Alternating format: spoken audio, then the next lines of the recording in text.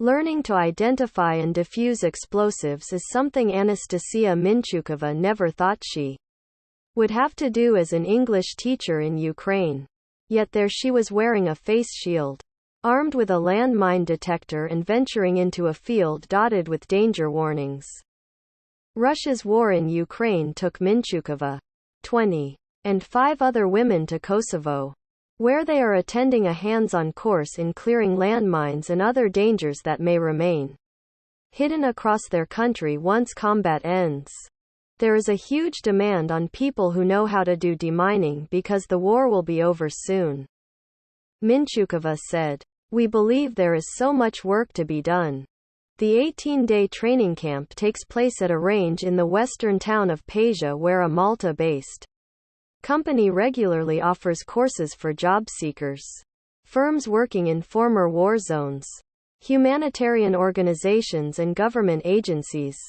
Kosovo was the site of a devastating 1998-99 armed conflict between ethnic Albanian separatists and Serbian forces that killed about 13,000 people and left thousands of unexploded mines in need of clearing. Pretium Consulting Malta's range includes bombed and derelict buildings as well as expanses of vegetation. Instructor Artur Tagani, who tailored the curriculum to reflect Ukraine's environment, said he was glad to share his small Balkan nation's experience with the Ukrainian women. Though 23 years have passed, it's still fresh in our memories. The difficulties we met when we started clearance in Kosovo, Tagani said. Tagani is a highly trained and experienced mine operations officer who served as an engineer in the former Yugoslav army during the 1980s.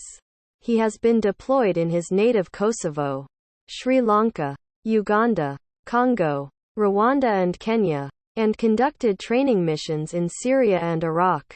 During a class last week, he took his trainees through a makeshift minefield before moving to an improvised outdoor classroom, featuring a huge board with various samples of explosives and mines.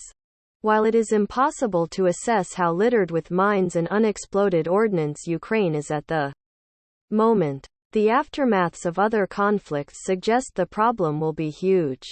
In many parts of the world, explosive remnants of war continue to kill and maim thousands of civilians each year during and long after active hostilities have ended. The majority of victims are children, the International Committee of the Red Cross testified at a December UN conference. Locating unexploded ordnance in the midst of rubble and picking them out from among a wide array of everyday objects, many of which are made of similar material, is a dangerous, onerous and often extremely time-consuming task, the Red Cross said. Mine Action Review, a Norwegian organization that monitors clearance efforts worldwide, reported that 56 countries were contaminated with unexploded ordnance as of October, with Afghanistan, Cambodia and Iraq carrying the heaviest burdens, followed by Angola, Bosnia, Thailand, Turkey and Yemen. Thousands of civilians are believed to have died in Ukraine since Russia invaded on Feb. 24. Russian forces have bombed cities and towns across the country, reducing many to rubble. Military analysts say it appears Russian forces have employed anti-personnel and anti-vehicle mines, while Ukraine has used anti-tank mines to try to prevent the Russians from gaining ground. With Ukrainian men from 18 to 60 years old prohibited from leaving their country and most engaged in defending it, the women wanted to help any way they could despite the risks involved in mine clearing. It's dangerous all over Ukraine, even if you are in a relatively safe region, said Minchukova, who is from central Ukraine. Another Ukrainian student, Yulia Katalik, 38, took her 3 children to safety in Poland early in the war.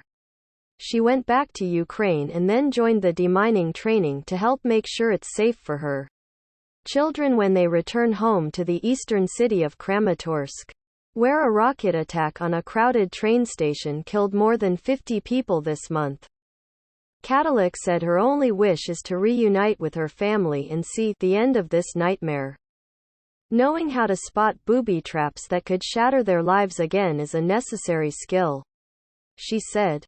Acutely. Probably as a mother, I do understand that there is a problem and it's quite serious. Especially for the children, Cadillac said.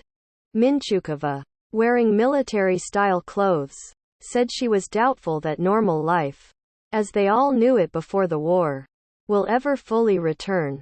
What am I missing? Peace, she said. I'm dreaming about peace. About sleeping in my bed, not worried about going to bomb shelters all the time.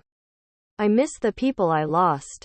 The Kosovo Training Center plans to work with more groups of Ukrainian women, both in Persia and in Ukraine. We're planning as well to go to Ukraine very soon and start with delivery of courses there. On the theater of war, Tagani said. Follow the app's coverage of the war in Ukraine. https apnews.com/hub/Russia-Ukraine. Thanks for listening to this important news update. Please subscribe to our channel to stay updated with the latest news.